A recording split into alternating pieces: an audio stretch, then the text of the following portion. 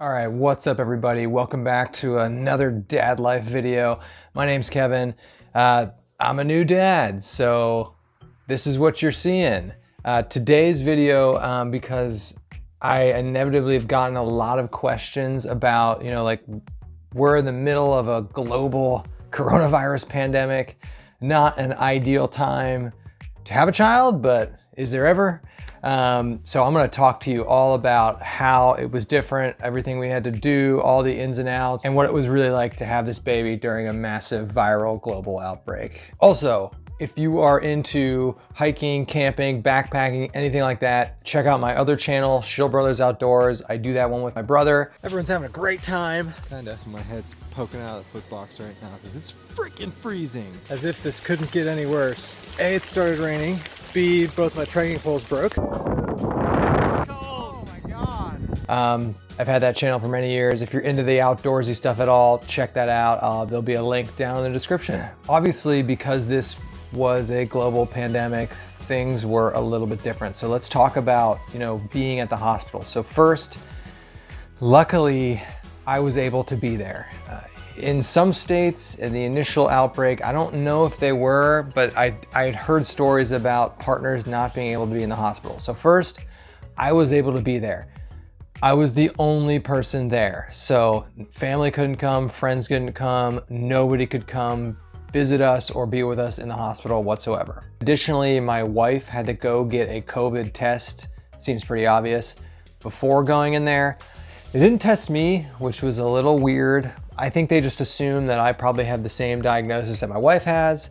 We were both negative, but we definitely had to get COVID tested, or she had to get COVID tested before going in there. Now, talking to the nurses, of course, there were moms that for whatever reason refused to get COVID tested before going into the hospital. And getting a COVID test, it's not specific to going to the hospital to give birth. If you have any sort of procedure in the hospital right now, you have to go get COVID tested. If you didn't get COVID tested, here's what would happen. They would assume you were COVID positive, right? That's kind of what they have to do.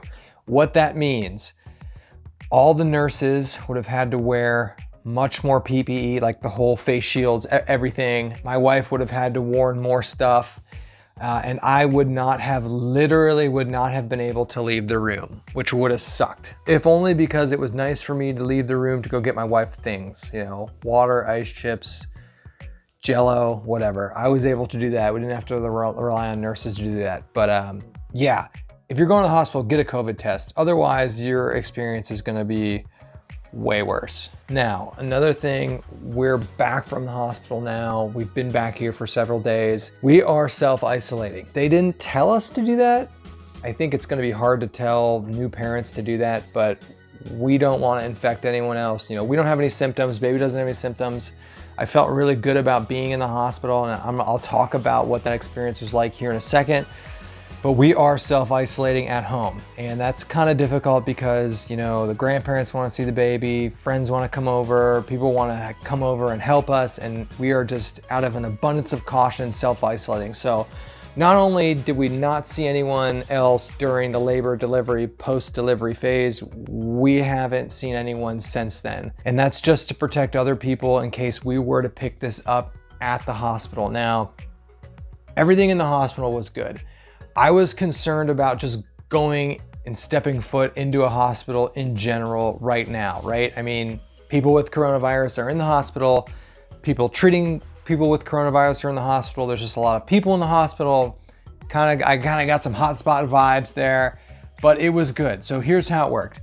Obviously, everybody coming into the room was in a mask. We did not technically have to wear a mask in the room because my wife had that negative test. I wore a mask anytime someone else was in the room. I kept my distance from other people anytime they were in the room. Impossible for that to be the case with my wife. She had a team of nurses up on her, helping her, doing stuff with her. It's really hard for her to socially distance from the healthcare people. I did. So everyone coming into the room wore a mask. The only thing was, because you're in the hospital for more than 24 hours, you're gonna have shift changeover with nurses. So there were a lot of different people coming into the room throughout the 36 hours we were in the hospital. But I mean, I think I counted, I think we were only exposed to like 10 different people, and they're obviously all wearing PPE and stuff. So I felt really good about that. Also, the hospital we delivered at, the women's area, the labor and delivery area, even though it's connected to the main hospital, it's in a separate area. So that was good. I didn't realize that. So I got there, kind of saw that that was the case, and I was like, okay, I felt a little bit better. Another huge difference about having a baby during COVID times is the nursery in the hospital is shut down. So normally if you talk to people about going to the hospital to give birth, they're like, oh, being in the hospital is great. You know, you got all the nurses there, you got the doctors there, you've got an infinite sets of hands to help you. You've got the nursery. That was not the case. So usually what happens is, so you give birth to a baby, the first 2 hours after birth, you're with the baby, you know, baby's really with mom, but you know, you're there anyway. And then they will generally take the baby from you and try and give you some time to rest, give you some time to chill out. That's not the case. The baby stays in the room the entire time. And what that means is, and this is a good thing, we were doing all the work from the get-go. I was changing all the diapers, delivering the baby to the mom when the baby needed fed. So we were doing all the work anyway. You know, obviously the nurses were helping us when they were in the room, and if we needed help, the nurses were there at the drop of a hat, but we were doing all the work. So our mantra was, let's get out of the hospital as soon as humanly possible. And that was a COVID thing. I mean, the more time we spent in the hospital, the greater our chances of being exposed to other people and this virus was. The second, you know, we decided that, the second we realized that we were not gonna have a C-section, which means the recovery time in the hospital is much shorter, we split gears into, all right, let's get out of the hospital as soon as possible. So from the time we walked into the hospital, from the time we left the hospital was 36 hours. And because of COVID, the hospitals were like, do it, more power to you. We want people here as little as possible. So get in, get out. They were happy to discharge us. So because of COVID, no baby nursery, which means you're doing all the work, which means they want to get you out of the hospital as soon as you can. Now, everything was still very conservative, very cautious, but we were driving in at 5 a.m., driving out at 5 p.m. the next day. So in and out. Kind of scary sidebar, but they have had women come in to deliver babies without any symptoms, and they tested them at the hospital and they were positive. So that was the other thing. I was like, well, these nurses could have been unknowingly exposed and not even know it. So that's kind of scary. It makes sense, it happens. I still feel pretty good. You know, we are about 5 or 6 days after getting back from the hospital, so like 7 days from delivery, and we got no symptoms, baby's got no symptoms, so I think we're fine, and maybe I'm just freaking out about it too much, but it's always better to be a little paranoid. Another interesting thing about, you know, having a baby during the coronavirus pandemic is all of the baby classes were canceled. I don't know if they're doing them on Zoom now, maybe, but we didn't take a single class. In true form, we watched a bunch of YouTube videos, and more importantly, we asked people questions. I asked everyone that has had a baby, at least that I knew, 1 or 2 questions, asked the nurses a bunch of questions. So we did very minimal prep for this. We definitely watched less than 10 YouTube videos. My wife watched a little bit more than I did, but we watched a handful of YouTube videos and asked people questions.